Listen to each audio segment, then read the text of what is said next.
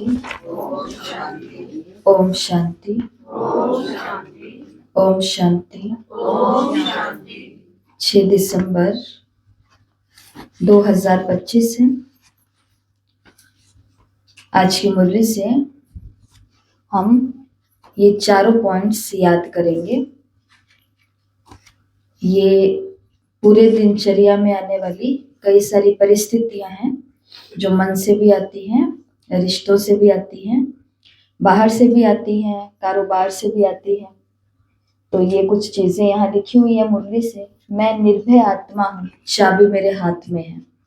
तो इसमें से कौन सी ऐसी चीज है जो फिजिकल है, मतलब जिसको हम छू भी सकते हैं और देख भी सकते हैं। तो वो इस लाइन के अंदर ऐसा क्या है जिसे हम देख सकते हैं और छू सकते हैं? अच्छे से देखो पूरी लाइन को। हाथ, ठीक है, चाबी और हाथ। लेकिन इसमें से हम चाबी शब्द लेंगे क्योंकि मुरली में बाबा ने भी चाबी को याद किया है।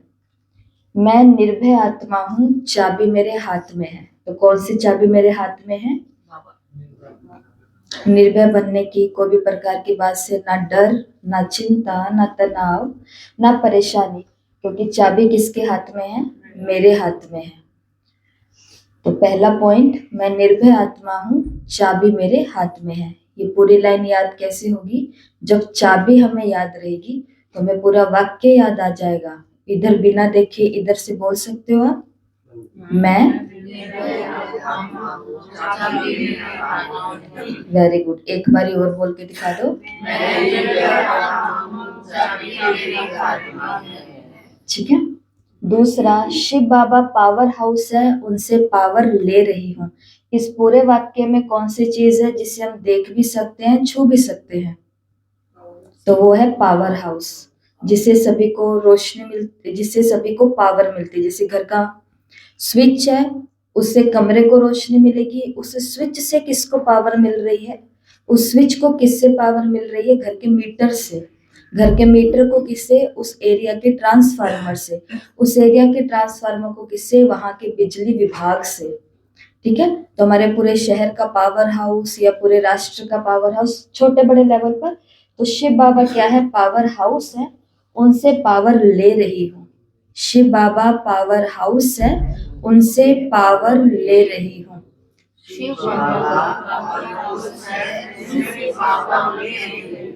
ठीक है। और पहला क्या था? और दूसरा क्या था? ले रही हूँ। ठीक है। इसमें पावर हाउस याद रहेगा तो पूरा वाक्य हमें बाबा का याद आएगा। मुरली इसके ऊपर भी है, ज्ञान रत्न पकड़ना है, व्यर्थ का पत्थर नहीं। तो इसमें से कौन सी चीजें फिजिकल है? रत्न, जैसे डायमंड और ये सब, और पत्थर। तो पत्थर हमको पसंद नहीं है, हमको क्या पसंद आया इसमें से? रत्न। तो इससे हम पूरा वाक्य याद करेंगे कि मुझे ज्ञान के रत्नों को पकड़ना है, व्यर्थ के पत्थरों को नहीं।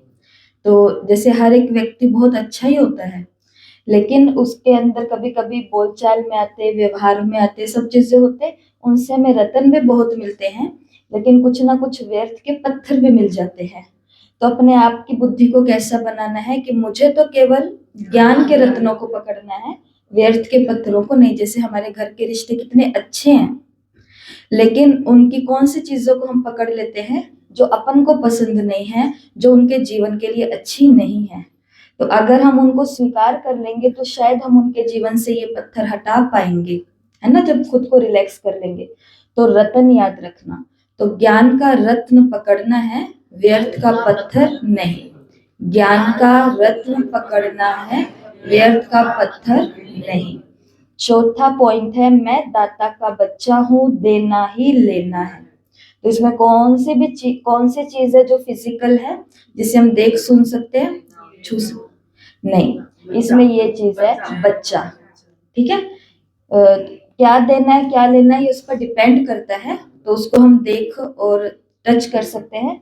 लेकिन जैसे यहाँ पर बच्चा है, तो ये फिजिकल है।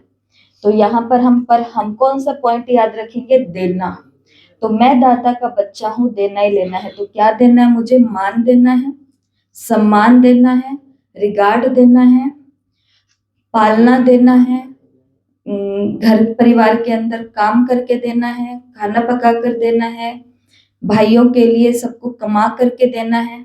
भाइयों के लिए है कि मुझे देना है, क्या देना है, तो मुझे कमा के देना है। बच्चों के लिए मुझे क्या देना है, मम्मी पापा को प्यार भी देना है, रिगार्ड भी देना है, सम्मान भी देना है, और अच्छा पढ़ करके उन्हें अच्छा रिजल्ट भी देना है। फिर कामयाब होकर के उनको सैलरी भी देना है। तो हर एक के ऊपर ही आ जाएगा। और फिर लेकिन मैं तो दाता का बच्चा हूँ, तो मुझे सारे संसार को देना है सुख शांति प्रेम आनंद शक्ति, और ये देना ही वास्तव में क्या हो जाएगा, लेना। तो इसमें कौन सा पॉइंट याद रखना है, देना। देना तो चाबी, पावर हाउस, रत्न, देना, इन चारों को जोड़ करके देखो कुछ बनता है। इन चारों को जोड़ के देखो, चाबी, पावर हाउस, रत्न और देना।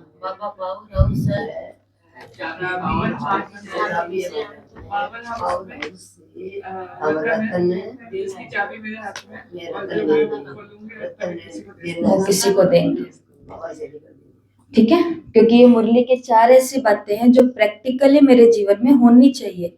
खाली ज्ञान होने से तो अपने, खाली बाबा ने बोला ना कि खाली कौन से ज्ञानी बन जाओगे, ज्ञानी भगत कुक्कड़ ज्ञानी। तो इसके लिए पावर हाउस है, उसमें रत्न है, जो रत्न मुझे सभी को देने हैं। लेकिन ये सब मैं कब कर पाऊंगी, चाबी लगाऊंगी, ठीक है। फिर इसके बाद में आज का चार्ट है ये। क्या आज मेरा मन दुखी हुआ, क्या आज मेरा मन हर्ट हुआ, क्या आज मेरे मन में क्रोध आया। ये पूरी दिनचर्या की खुद की चेकिंग है। और लास्ट में स्वमान। चलते हैं मुरली की तरफ। शायद अब मुरली के अंदर से बहुत सारी बातें हमको कैच हो जाएगी बाबा की, जो बाबा हमको इन विषयों में समझाना चाहते हैं। तो आत्मिक स्वरूप में बैठकर प्यारे बाबा को देखते हुए बाबा के महावाक्य सुने। मीठे बच्चे, ये शरीर रूपी खिलौना, ये शरीर रूपी खिलौना आत्मा रूपी चैतन्य चाबी से चलता है। तुम अपने आप को आत्मा निश्चय करो तो निर्भय बन जाएंगे।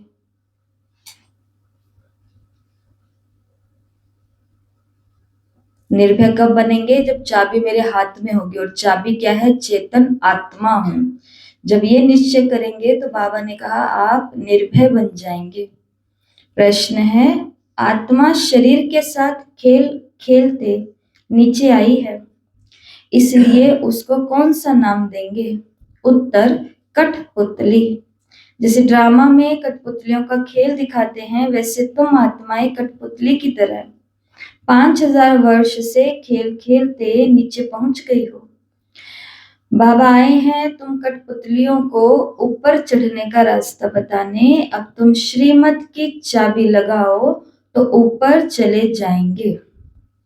गीत है, महफिल में जल उठी क्षमा। ओम शांति। रूहानी बाप रूहानी बच्चों को श्रीमत देते हैं।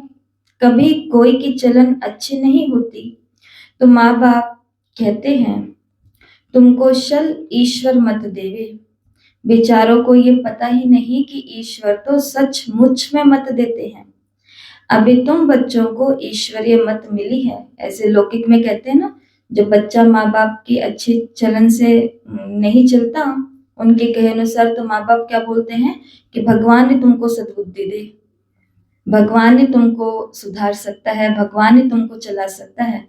तो बाबा ने कहा ये दुनिया में पता ही नहीं है कि सचमुच भगवान चलाता है, वो मत देता है, मतलब डायरेक्शन देता है। अभी तुम बच्चों को ईश्वरीय मत मिल रही है, अर्थात रूहानी बाप बच्चों को श्रेष्ठ मत दे रहे हैं श्रेष्ठ बनने के लिए। अभी तुम समझते हो हम श्रेष्ठ ते श्रेष्ठ बन रहे हैं। बाप हमको कितनी ऊंच मत दे रहे हैं। हम उनके मत पर चलकर मनुष्य से देवता बन रहे हैं। तो सिद्ध होता है मनुष्य को देवता बनाने वाला वही बाप है। सिख लोग भी गाते हैं, मनुष्य से देवता किए करत न लागी वार। तो जरूर मनुष्य से देवता बनाने की मत देते हैं। उनकी महिमा भी गाई हुई है। तो भगवान की क्या महिमा गाई है, एक ओंकार सतनाम कर्ता पुरख निर्भय। बाबा ने कहा तुम सब निर्भय हो जाते हो। भगवान को तो कह दिया निर्भय है, लेकिन इससे क्या होएगा? भगवान को तो पता ही है कि मैं तो निर्भय हूं ही, क्योंकि वो, अब ध्यान से सुनना ये बात, भगवान निर्भय क्यों है और इंसान भयभीत क्यों है, इसके पीछे बहुत बड़ा कारण है। एक कारण तो चलो शरीर है ही है, लेकिन इसके अलावा भी कोई कारण है। भगवान ऐसा कुछ करता ही नहीं है जो उसको भय लगे। हम ही पहले चोरी करेंगे, फिर हमें भय लगेगा कि मेरी चोरी पकड़ी ना जाए। हम पहले झूठ बोलेंगे, फिर हमें भय लगेगा मेरा झूठ पकड़ा ना जाए। हम बेईमानी करेंगे तो फिर हमको डर लगेगा ये हो ना जाए। हम किसी से टू मच मोह रखेंगे, फिर हमको डर लगेगा इनको कुछ हो ना जाए। पहला कार्य तो कौन करते हैं? हम करते हैं, इसलिए फिर डरते भी हम हैं। भगवान ऐसा कुछ भी, वो उसके करोड़ों बच्चे हैं, लेकिन उसका किसी में मोह है? नहीं है, नहीं है। ना वो चोरी करता है, ना वो डकैती करता है। बाबा ने कल की मुरली में बोला, मासी का घर नहीं है क्या?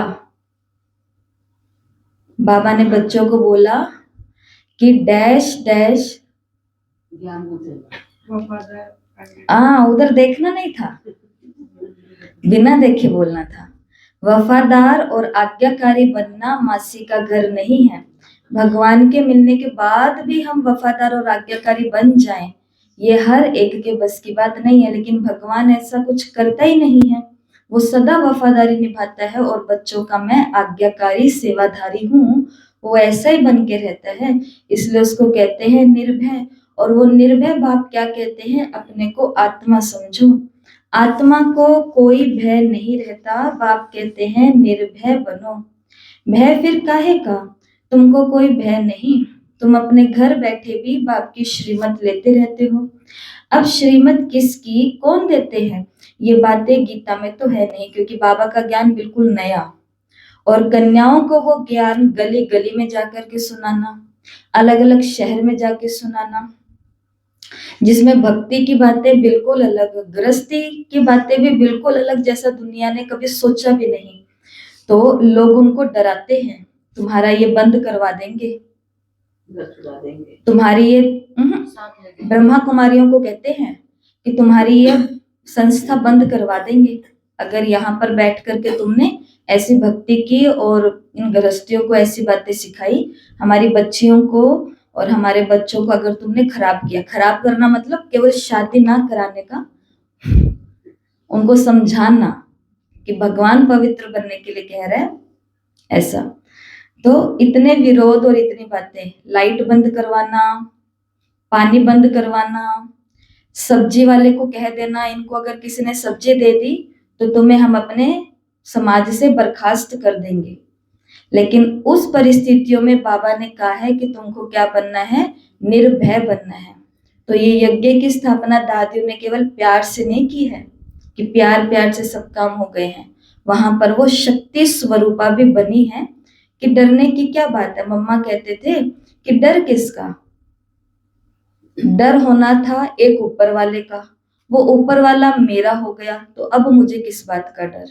और दूसरी बात, जो दुनिया में बुरे काम कर रहे हैं बच्चे बच्चियां, माता पिता, सामाजिक लोग, उनको डर नहीं है, तो सच्चे काम करने वाले को किसका डर हो सकता है? लेकिन वो डराते हैं, वो डराते हैं। इसलिए बाबा ने कहा कि अब तुम निर्भय बनो। और निर्भय कब बन सकेंगे? जब खुद को आत्मा समझेंगे। अभी तुम बच्चे ये बातें समझते हो, बाप कहते हैं तुम पतित बन गए हो। अब पावन बनने के लिए मामिकम याद करो, ये पुरुषोत्तम बनने का मेला संगम युग पर ही होता है। बहुत आकर के श्रीमत लेते हैं, इसको कहा जाता है ईश्वर के साथ बच्चों का मेला। ईश्वर भी निराकार है, बच्चे अर्थात आत्माएं भी निराकार है। हम आत्मा है, ये पक्की पक्की आदत डालनी है। जैसे खिलौने को चाबी दी जाती है तो वो डांस करने लग पड़ता है, तो आत्मा भी इस शरीर रूपी खिलौने की चाबी है। आत्मा इनमें ना हो तो ये कुछ भी कर ना सके।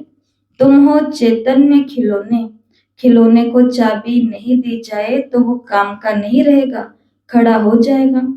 आत्मा भी चैतन्य चाबी है और ये अविनाशी अमर चाबी है। बाप समझाते हैं मैं देखता ही हूँ आत्मा को, आत्मा सुनती है, ये पक्की आदत डालनी है, इस चाबी बिगर शरीर चल न सके। इनको भी चाबी अविनाशी मिली हुई है, 5000 वर्ष इसकी चाबी चलती है। चैतन्य चाबी होने के कारण चक्कर फिरता रहता है। ये है चैतन्य खिलौने।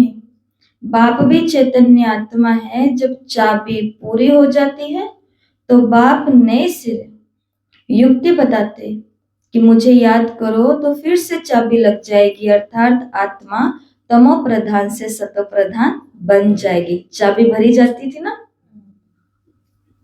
तो बाबा आकर के वही कर रहे हैं।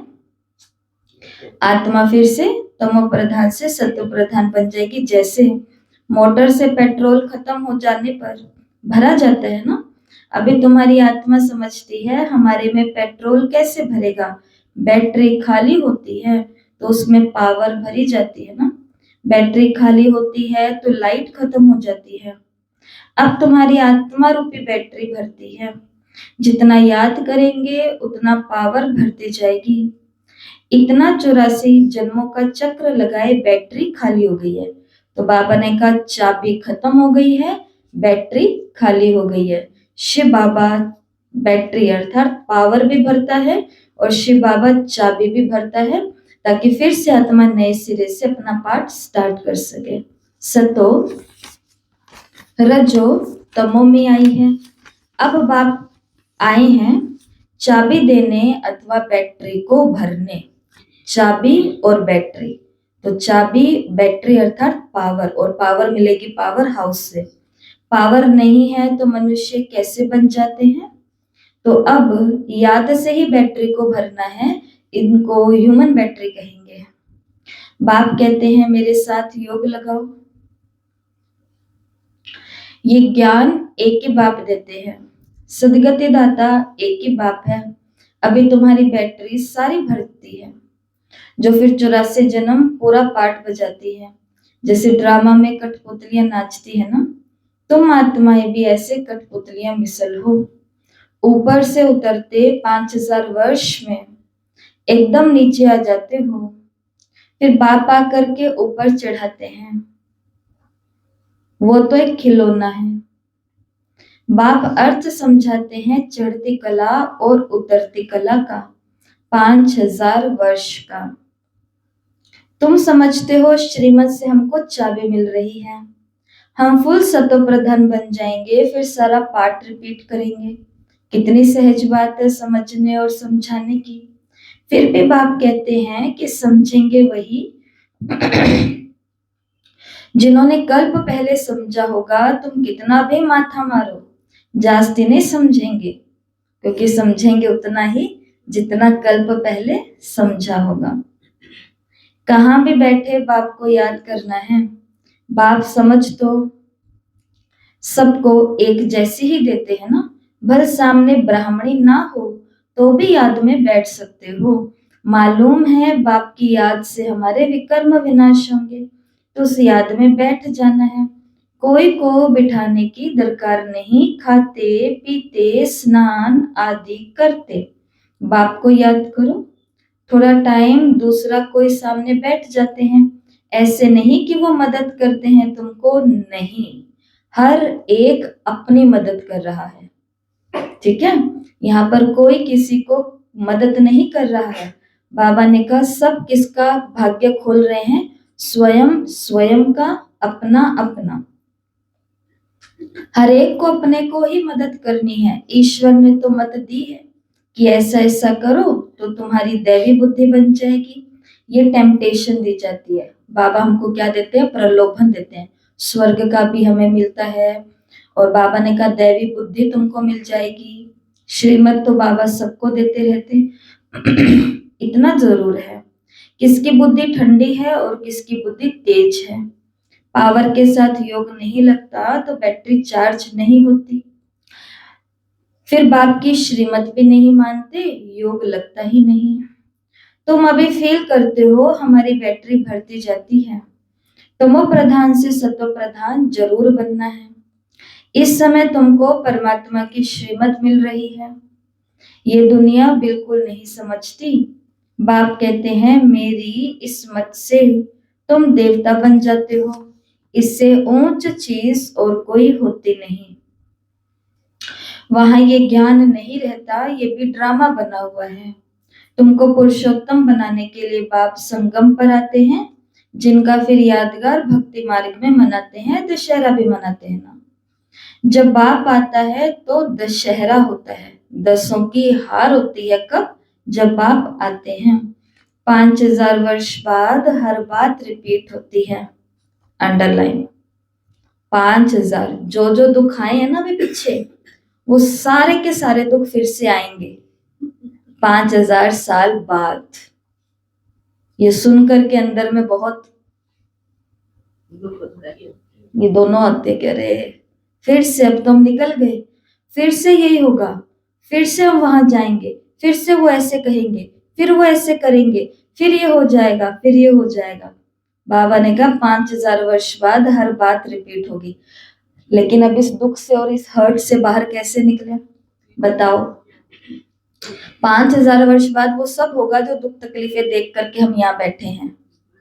पर संगम हमने तो चर्चा की हुई है, बताओ, ताकि सबका चिंतन चले। बुद्धि दिव्य तब बनेगी जब थोड़ा सा जोर देंगे। नहीं आएगा तो भी बताएंगे ना, लेकिन पहले खुद से सोचो कि बाबा की ये बात मैंने सुन ली। बाबा ने कहा 5000 वर्ष के बाद हर बात रिपीट होगी, और हर बात में मुझे तो याद आता है कि वो सारे दिन फिर से आएंगे, जो दिन मैंने इतनी मुश्किल से निकाल ही लिए जैसे तैसे करके, वो फिर से आएंगे।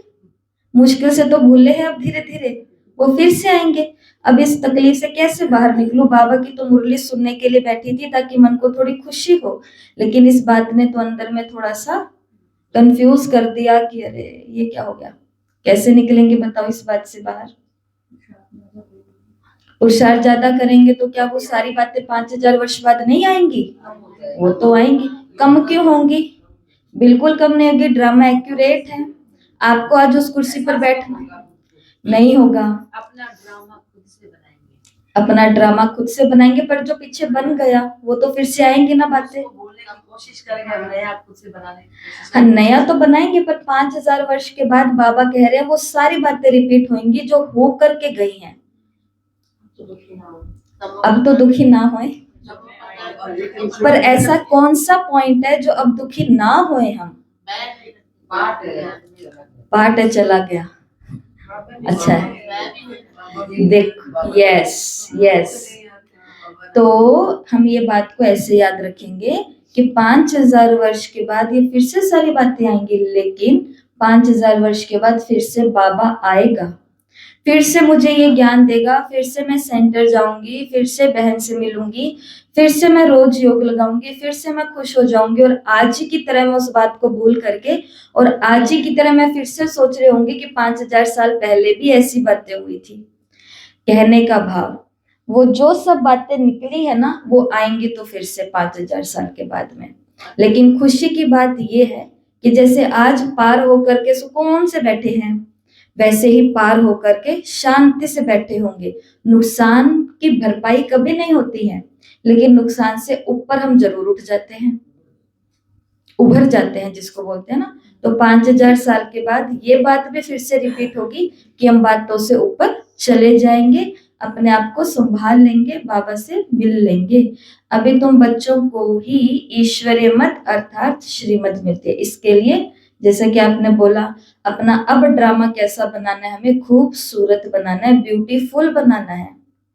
ऐसी कोई चीज हमसे नहीं होनी चाहिए, ना जाने ना अनजाने। देखो, फाइन तो दोनों में भरना पड़ता है।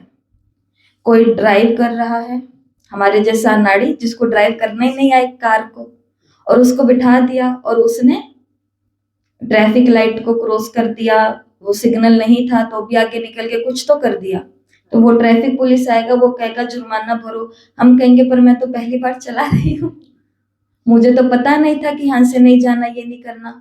और वो आगे से क्या बोलते हैं, आपको पता था या नहीं पता था, पर चालान तो आपका कटेगा। आपको पता था या नहीं पता था, पर जुर्माना तो आपको भरना पड़ेगा। फाइन तो देना पड़ता है, जो कर्म हमसे जानबूझ के होते हैं या अनजाने में होते हैं। हमें भी सड़क के पास लिखा दिया है, बोलना पड़ता है ना, ऑटोमेटिक ऐसा ही हमारा भी ऑटोमेटिक ही होता है सारा। पूछते नहीं है ना फसला। तो बाबा ने कहा आजकल सीधा खाते से कट जाता है, हमारा हो रहा है ऐसा, हमारे पापों का हो रहा है, अपने को पता नहीं पता चलता। अभी तुम बच्चों को ये ईश्वरीय मत अर्थात श्रीमत मिलती है, जिससे तुम श्रेष्ठ बनते हो। मत मिल इसलिए रही है ताकि मैं अपना ड्रामा बहुत ही सुंदर बना सकूं। तुम्हारी आत्मा सत्व प्रधान थी, उतरते उतरते तमो प्रधान भ्रष्ट बन चुकी है। फिर बाप बैठ ज्ञान और योग सिखाकर सत्व प्रधान श्रेष्ठ बनाते हैं, बतलाते हैं तुम सीढ़ी नीचे कैसे उतरे हो। ड्रामा चलता रहता है, इस ड्रामा के आदि मध्य अंत को कोई भी जानते नहीं, बाप ने समझाया है।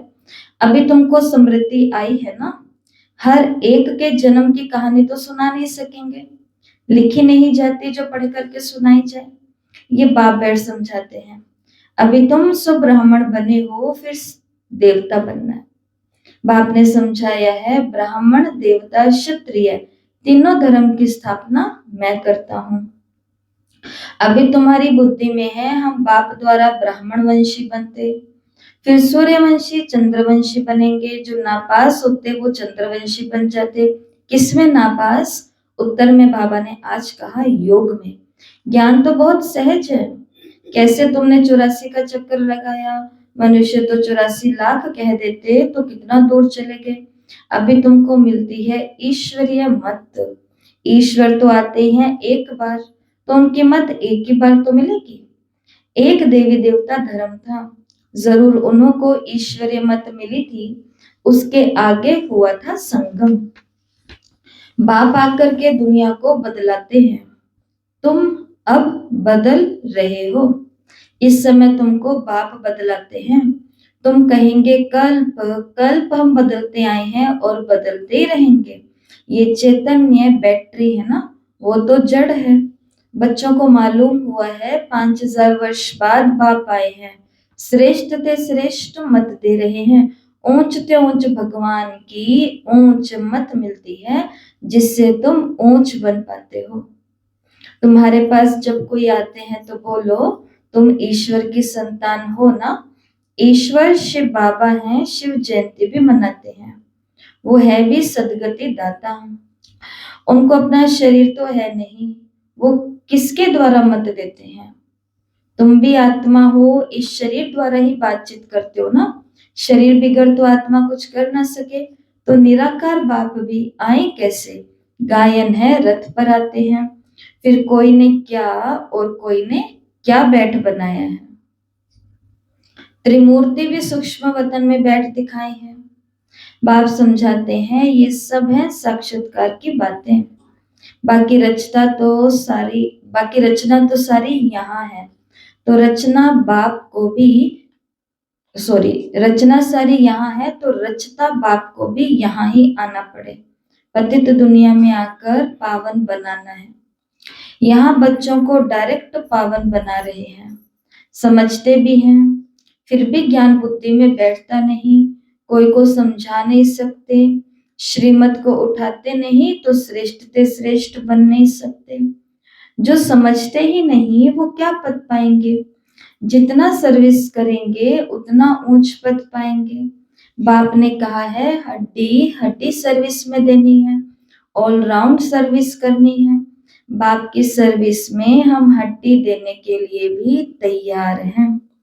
बहुत बच्चियां तड़पती रहती हैं सर्विस के लिए, बाबा हमको छुड़ाओ तो हम भी सर्विस में लग जाएं, जिससे बहुतों का कल्याण हो जाए। सारी दुनिया तो जिस्मानी सेवा करती है, उससे सीढ़ी नीचे उतरते ही आए।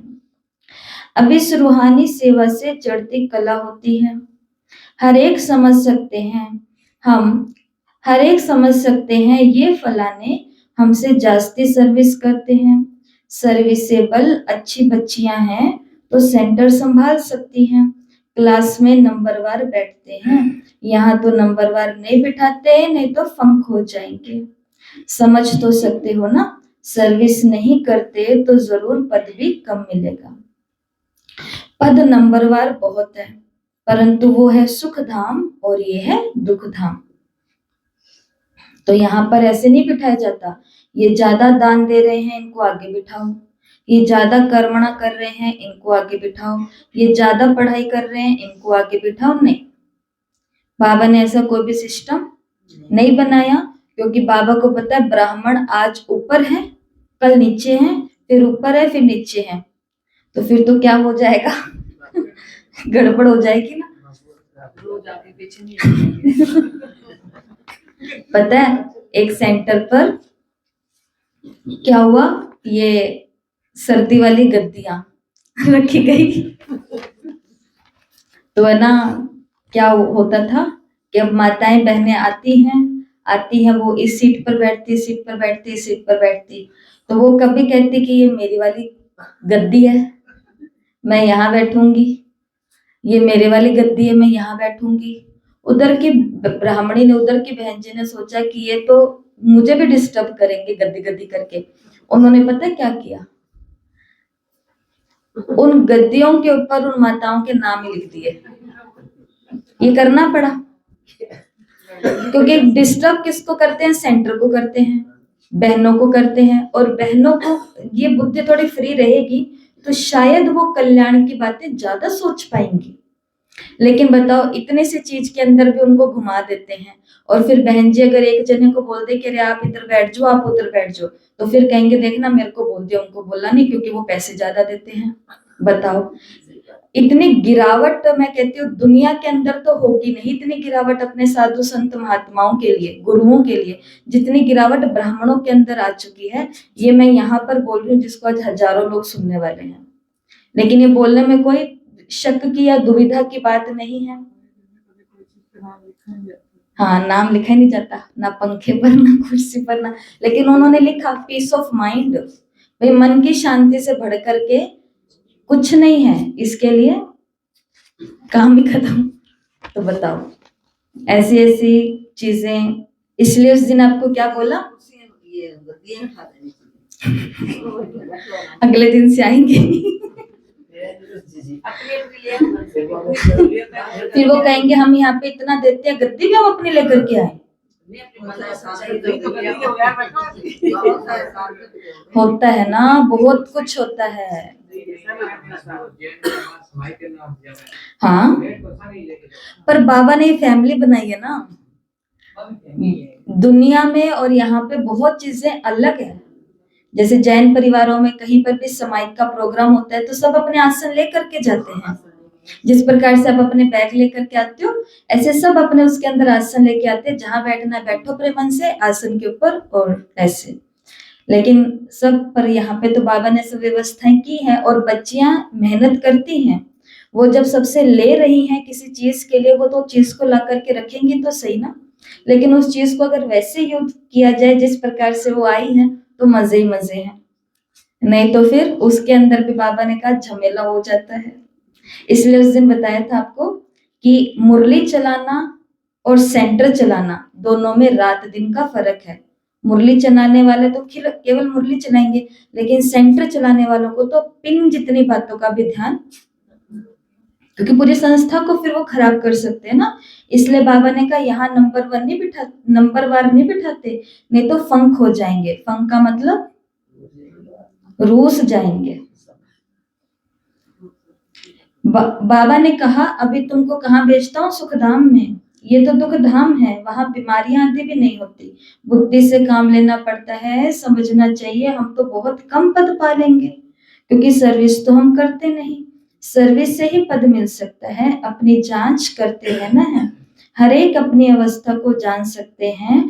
मम्मा बाबा भी सर्विस करते आए हैं, अच्छे अच्छे बच्चे भी हैं, बल नौकरी करते हैं, उनको कहा जाता है हाफ पे पर भी छुट्टी लेकर के जाएं, सर्विस करो, कोई हर्जा नहीं। जो बाबा की दिल पर सो ताऊसी पर बैठते हैं, जो भगवान के दिल पर बैठ गया वही ताऊसी तख्त पर बैठेगा।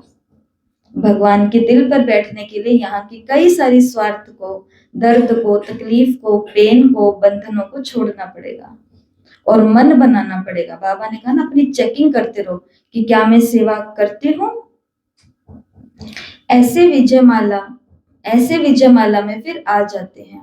अर्पण भी होते हैं और सर्विस भी करते हैं, मतलब वो नौकरी भी कर रहे हैं और बाबा की सेवा भी कर रहे हैं। कोई तो भल अर्पण होते हैं लेकिन सर्विस नहीं करते, तो फिर उनका पद कम हो जाएगा। ये राजधानी स्थापन होती है श्रीमत से, ऐसा कभी सुना? अथवा पढ़ाई से राजाई स्थापन होती है, ये कभी सुना, कभी देखा? हाँ, दान पुण्य करने से राजा के घर जन्म ले सकते हैं, बाकी पढ़ाई से राजाई पद पाए ऐसा तो कभी किसी ने सुना नहीं होगा, किसी को पता ही नहीं है। बाप समझाते हैं, तुमने ही पूरे 84 जन्म लिए हैं, तुमको अब ऊपर जाना है, बहुत इजी है। तुम कल्प कल्प समझते हो नंबरवार पुरुषार्थ अनुसार, बाप याद प्यार भी नंबरवार पुरुषार्थ अनुसार ही देते हैं। बहुत याद प्यार उनको बाबा देते हैं जो बाबा की सर्विस करते हैं। तो अपनी जांच करनी है, मैं दिल पर चढ़ा हुआ हूं, प्रश्नवाचक चिन्ह। मैं बाबा के दिल पर चढ़ा हुआ हूं, माला का दाना बन सकता हूं। अनपढ़े जरूर, पढ़े हुए के आगे फिर घरे ढोएंगे। बाप तो समझाते हैं बच्चे पुरुषार्थ करें, परंतु ड्रामा में पार्टी नहीं, तो फिर कितना भी माथा मारो चढ़ते ही नहीं है। कोई ना कोई ग्रहचारी उन्हों को लग ही जाती है। देह अभिमान से ही फिर और विकार आते हैं।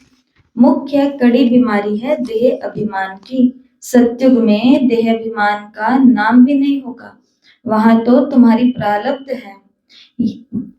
ये यहाँ ही बाप समझाते हैं। और कोई ऐसी श्रीमत नहीं दे सकते कि अपने को आत्मा समझ माँ में कब याद करो। सर्विस करने का क्या होना चाहिए? दिल होना चाहिए। कितनी बुजुर्ग माताएं जो सर्विस कर तो नहीं सकती है, मानो यहाँ पे अगर मैं कर्मणा की भी बात करूं सेवा की, वो नहीं कर सकती हैं, तो वो क्या करती हैं कि अपने घर में जो काम करने वाली है उसको बाबा के घर में लेकर के आ जाती हैं कि तुम ये जो जो दीदी बोले वो सारा काम कर देना और मैं तुमको पेमेंट कर दूंगी। केवल दिमाग के अंदर सेवा घूमनी चाहिए, सेवा हो सकती है। अपने पास है एक ऐसी बहन, मतलब अपने यहाँ पर नहीं है पर अपने कांटेक्ट में है, तो वो आई थी मिलने के लिए, तो उन्होंने ये बताया था कि दीदी दीपावली की सफाइयां हुई थी पूरे सेंटर के अंदर, तो वहां पर सब बहुत रईस परिवार वाले बाबा के घरों में जुड़े हुए हैं, तो माताएं खुद तो नहीं करती लेकिन सब अपनी हेल्पर को लेकर के आती हैं और सारा करवा लेती हैं। सेवा हो गई ना, बहनों के ऊपर कोई बोझ आया नहीं आया, तो वो कुछ और सेवाएं भी कर सकी फिर। इसलिए बाबा ने कहा, और ऐसे हम किसके दिल पर चढ़ जाएंगे? बहन जी के दिल को नहीं जीतना, बाबा के दिल पर। उस घर को जब अपना घर समझेंगे तो बाबा ने कहा कि अपने को आत्मा समझो, इस देह को याद नहीं करो। जैसे भक्ति में भी शिव की पूजा करते हो, अब ज्ञान भी सिर्फ मैं ही देता हूँ, बाकी सब है भक्ति और व्यभिचारी ज्ञान। एक ही शिव बाबा से तुमको मिलता है। ये ज्ञान सागर से रत्न निकलते हैं, उस सागर की बात नहीं हो रही है यहाँ पर। बाबा किसकी बात कर रहे हैं? रतन की बात कर रहे हैं। ये ज्ञान का सागर तुम बच्चों को रतन देते हैं जिससे तुम देवता बनते हो। शास्त्रों में तो क्या क्या लिख दिया है? सागर से देवता निकला फिर रतन दिया।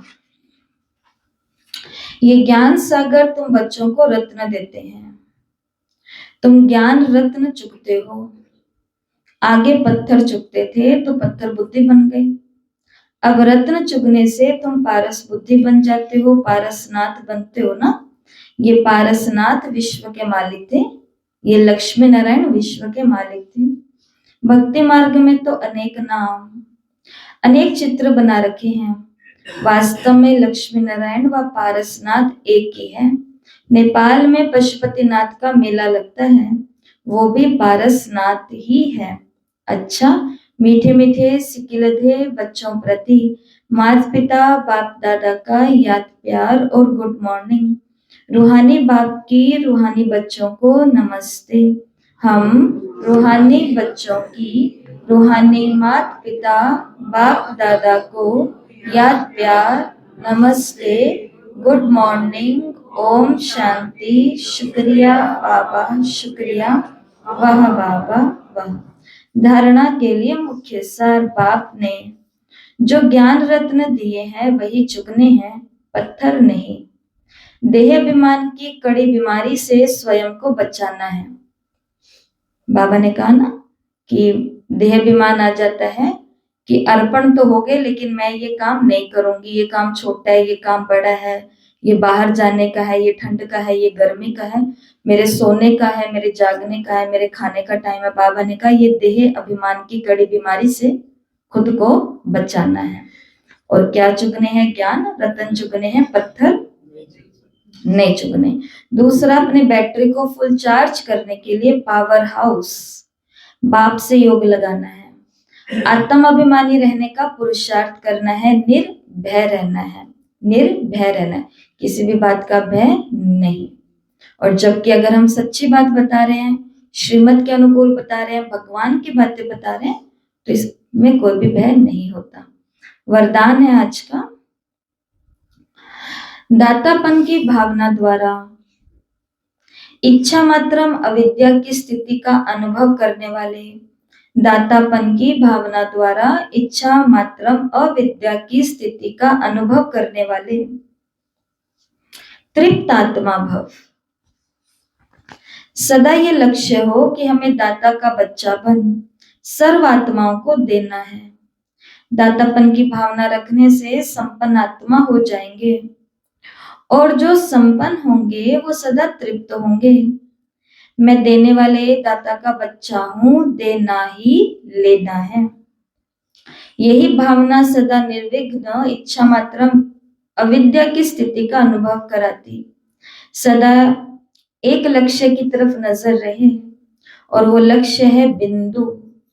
और कोई बातों के विस्तार को देखते हुए भी नहीं देखो, सुनते हुए भी नहीं सुनो। स्लोगन है, बुद्धि व स्थिति यदि कमजोर है तो उसका कारण है व्यर्थ संकल्प। बुद्धि और स्थिति यदि कमजोर है तो उसका कारण है व्यर्थ संकल्प। ठीक है। और आज के अव्यक्त इशारे हैं, कर्मातीत बनने के लिए कर्मों के हिसाब किताब से मुक्त बनो। सेवा में भी सेवा के बंधन में बंधने वाले सेवाधारी नहीं, बंधन मुक्त बन सेवा करो, अर्थात हद की रॉयल इच्छाओं से मुक्त बनो। जैसे देह का बंधन, देह के संबंध का बंधन, ऐसे सेवा में स्वार्थ, सेवा में स्वार्थ, तो ये भी बंधन कर्मातीत बनने में विघ्न डालता है। कर्मातीत बनना अर्थात इस रॉयल हिसाब किताब से भी मुक्त होना। ठीक है, तो ये बाबा ने बताया। तो ये आज आपको बता दिए ये चारों पॉइंट। दिन में बारी बारी से आपको जिस प्रकार से मंत्र जाप करते हैं भक्ति में, तो उनको ताकत मिलती है। तो आज हमको भी अपने अंदर अगर ताकत चाहिए इन बातों से दूर रहने के लिए, अपने ये मैं किसके लिए कर रही हूँ? केवल अपने मन के लिए, अपनी स्थिति के लिए। क्योंकि बाबा ने कहा स्थिति अगर अच्छी होगी तो सब अच्छा होगा, और अगर व्यर्थ संकल्प चल रहे हैं तो उसका प्रभाव कहाँ पड़ता है? हमारी स्थिति पर पड़ता है।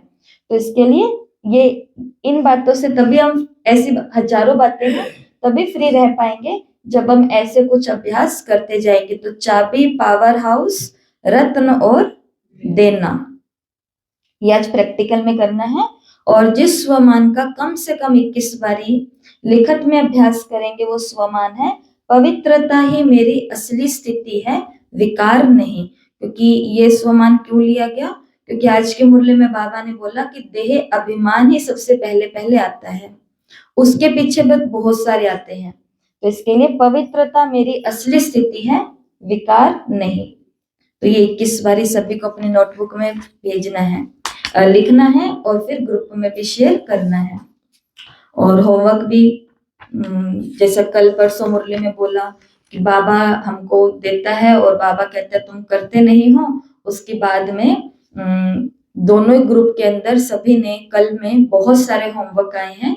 तो ये भी बहुत अच्छी बात है कि हमको ये बात समझ में आती है कि पीछे जो नहीं हुआ उसको छोड़ो, पर आज से क्या हो सकता है मुझे, केवल बाबा ने कहा मैं तुमको बदलने के लिए तो आया हूँ।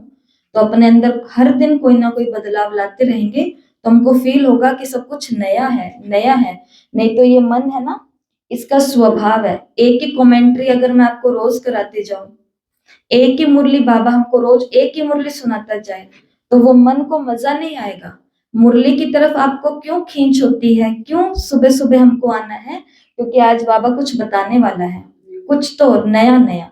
ये मन का स्वभाव है। आलू की सब्जी है, रोज एक ही प्रकार से बना करके खिला दी जाए सूखा, अच्छा नहीं लगेगा, लेकिन उसको वैरायटी बना दो, कभी तरी वाली, कभी तल के, कभी उसका भुजा बना करके, कुछ भी कर करके, लेकिन तो कभी दम आलू, तो कुछ भी करते करते नवीनता चाहिए। ठीक है, तो इस प्रकार से खुद के अंदर रोज क्या लाने हैं, चेंजेस लेकर के आने हैं, खुद को थोड़ा थोड़ा थोड़ा ऊपर लेकर के जाना है। अच्छा, ओम शांति।